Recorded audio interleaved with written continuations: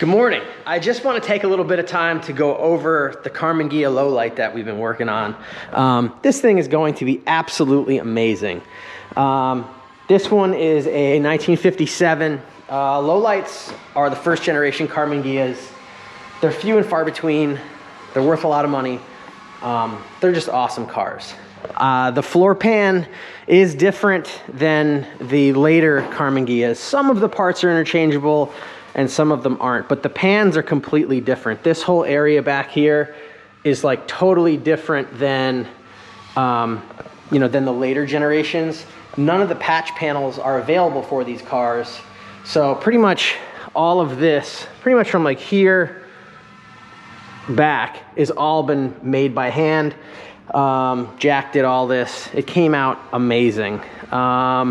There's a bunch of areas up in here that's all been changed, just to put back to original. But there was rot in areas, so we kind of had to do a lot to make all of this stuff. This is all the suspension stuff, which has all been primed and block sanded. And I mean, this beam is like glass. I mean, all of this stuff is just perfect. This is the little tiny sway bar for it. The pedals. This is the torsion bar for the rear suspension. But yeah, all this stuff, I mean, there's just a tremendous amount of time into all of it to make it what you see.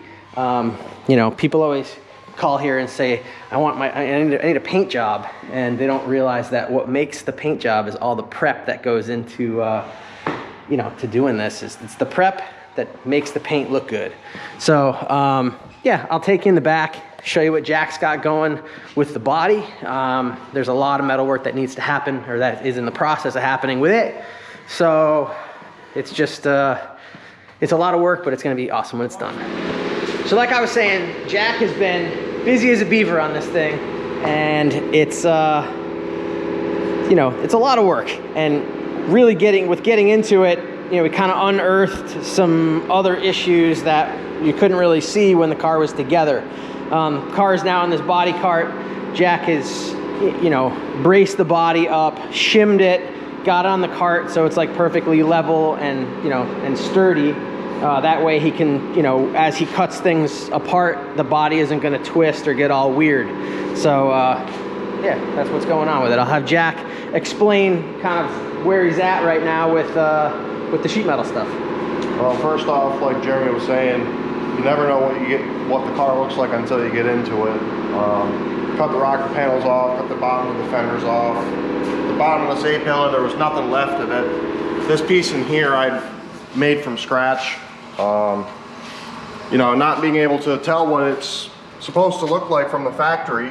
There's no pictures of what all this stuff is supposed to look like, and these panels aren't available, so I had to make what I think is supposed to look like. And once I get the rocker panel on, I can fine-tune some of the little details that aren't in there right now. I made it long on purpose.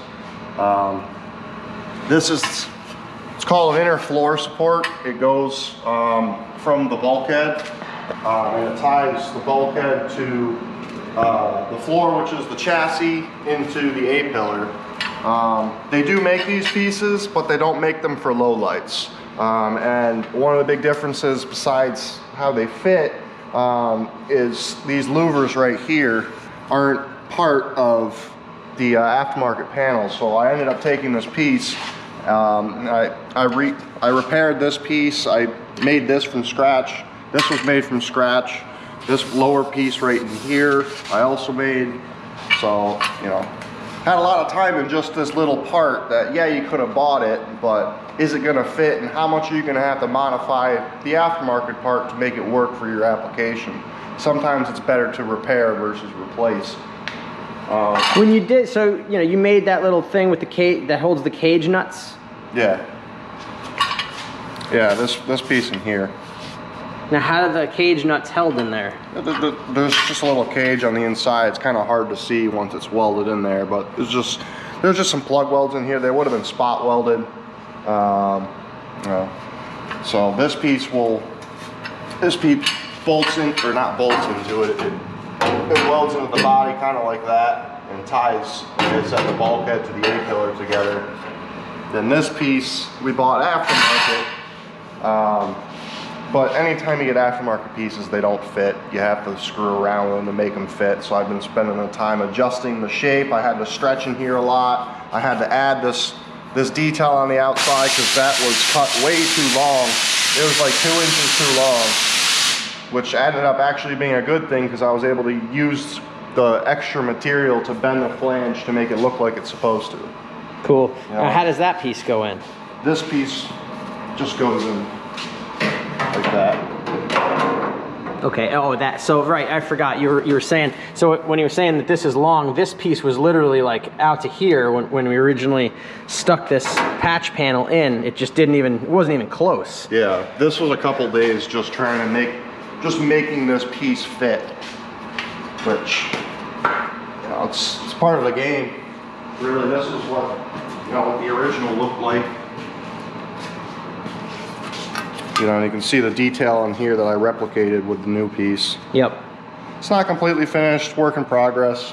That's how they all are. Yep. Now even for in here, so, you were saying like you made this long. This has to go in first before you can replace this. Now these pieces were available, and we have those. Yeah, they call it the lower A-pillar, hinge pillar, whatever. Here you can see I don't want to interrupt, but these are just little templates that Jack makes.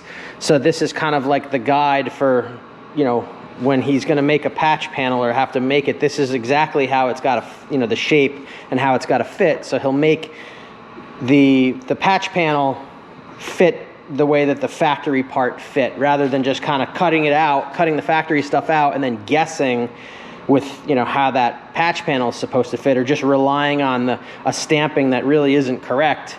He does this, and these are all over the place for patterns that came off the car, just to make sure that the patch panels or any of the the pieces that he makes are going to really fit properly. But yeah, back to what you're saying with these what are they called? Sometimes they call them the hinge pillar, sometimes it's called the A-pillar. It is the A-pillar. This will be this section down here, kind of see what it's supposed to look like. I'll have to cut this portion away, and it's pretty pitted, it's got some holes in it. I'll have to remake the lower piece here, but I'll end up sectioning the lower portion of this off and replacing this rotted part right here. Cool. And one piece at a time. Yeah, I mean, even going as far as to this is like a little clip to hold the wiring. That was rotten away, and Jack. It wasn't rotten. The reason I made them from scratch is it's just a little tiny piece of bent sheet metal. Yep. And when I took it off, I drilled the hole, drilled the spot weld out for it. And rather than trying to fix that divot from cutting the spot weld, it was easier just to make it from scratch out of a new piece and weld on there versus spending the time and trying to fix a tiny piece of rusted metal. Right. Talk about so in the rockers of these cars, there's like a little channel for wiring. Show that stuff, and then kind of show the piece that you made for the rocker. Let me grab the other piece so I can show you what it looks like.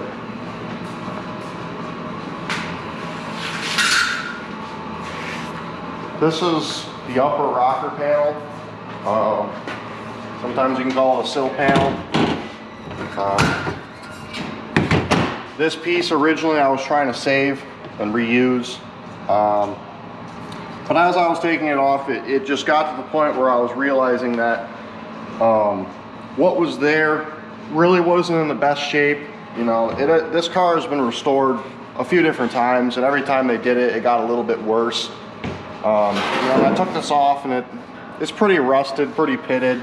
There's a lot of holes in it from drilling the spot welds out, and it really isn't that complicated of a piece. And to try to fix this so it's usable again wasn't worth when I can just make a new piece like this that's virtually identical, and there's no rust to deal with. It's just, prep it, corrosion protection, and whatever else. This is that wire tube that Jeremy mentioned. This piece will go on, something like that. Now it's not going to fit perfect because of the way this is sitting on the table, but that just spot welds in like so. And they actually, this runs through the rocker panel. And if we go back to the car, there's actually a hole in this pillar over here that this will line up into. And the wire loom from the rear portion of the body, the tail lights and everything, runs through this channel inside the rocker panel, comes out here, then goes up through those wire ties. And I don't know if you can see it on the inside there, but there's another hole on the inside of the A-pillar that goes up into the dash. So that's all tied together. So, yeah, this piece I reused. This is the original piece. I sandblasted it. A couple of the tabs were rotten that I replaced. Oh. Yeah, it's crazy, like, just how elaborate such a simple car really is. You know, there's a lot of engineering that goes into this. Yeah, I mean, when you look at it, you don't realize that there's all these little things, and then once you get into doing like a proper restoration of it, it's you know, either using the aftermarket pieces which are available, which for this car there's not a ton of parts that are available for it, so it's a lot of making from scratch. And you know, luckily Jack knows what he's doing and he does an awesome job at it. I mean, even just making this piece here, just there's, you know, there's a couple little things about it that, you know, that kind of make it special, where, you know, he's not just taking a flat piece of sheet metal and, you know, kind of just sticking it in there. You know, there's little reveals and beads to kind of make it as correct as possible. I mean, it's hard to really tell here because this is like a rotten area, but there's like a little step here which he replicated. There's like, you know, this little, what is that reveal for actually? What do you know why that in the bottom? It's a lap joint for the B-pillar. Okay. Like you look on the car, you can see what I'm saying. This portion of the car right here, that laps over that portion of the sill panel. Yeah, so that piece sits up to here and goes across. Well, awesome, Jack. It looks really, really good. You're doing a fantastic job. I mean, it's like, it's amazing. Nice work. You can't dip your toes into a job like this, so you got to jump both feet in. And yeah, you could say that again. They're definitely in with both feet. But what's good is it's going to be correct, and it's going to be, you know, probably one of the nicer restorations of any of these cars have ever got. You know, a lot of times there's rust that are behind panels that even if the car is in perfect condition and looks great, it's an old car, and you know, in many cases you'll never see that rust until it like pops through on the other side. So like, there's an old saying, Bondo and Paint hides what it ain't. Yeah, so even if it had a perfectly beautiful paint job on it, there's a pretty good chance that there's issues behind those panels. So that's not to say you cut it apart just because. I mean, there was issues that needed to be addressed, but this is the way to do it, to fix all this stuff and, you know, really make it the car that it deserves to be. This is the next day. Jack has got the this patch panel all welded in, metal finish. It looks awesome. He's just working on this other patch that's up in there, which I don't know, not just a flat piece of sheet metal. There's actually a little bit of there's quite a bit of crown to it. Yeah, there's quite a bit of crown to that actually. But Jack always says he really likes to have the panels fit nicely in there. He doesn't want to like force it and clamp it in there before it welds. So if the piece fits nice, it's a proper piece. So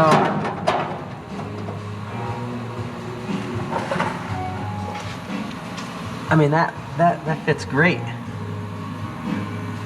You're like a chef, Jack. Bam. Awesome.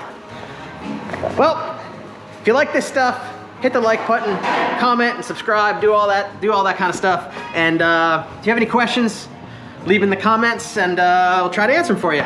Thanks.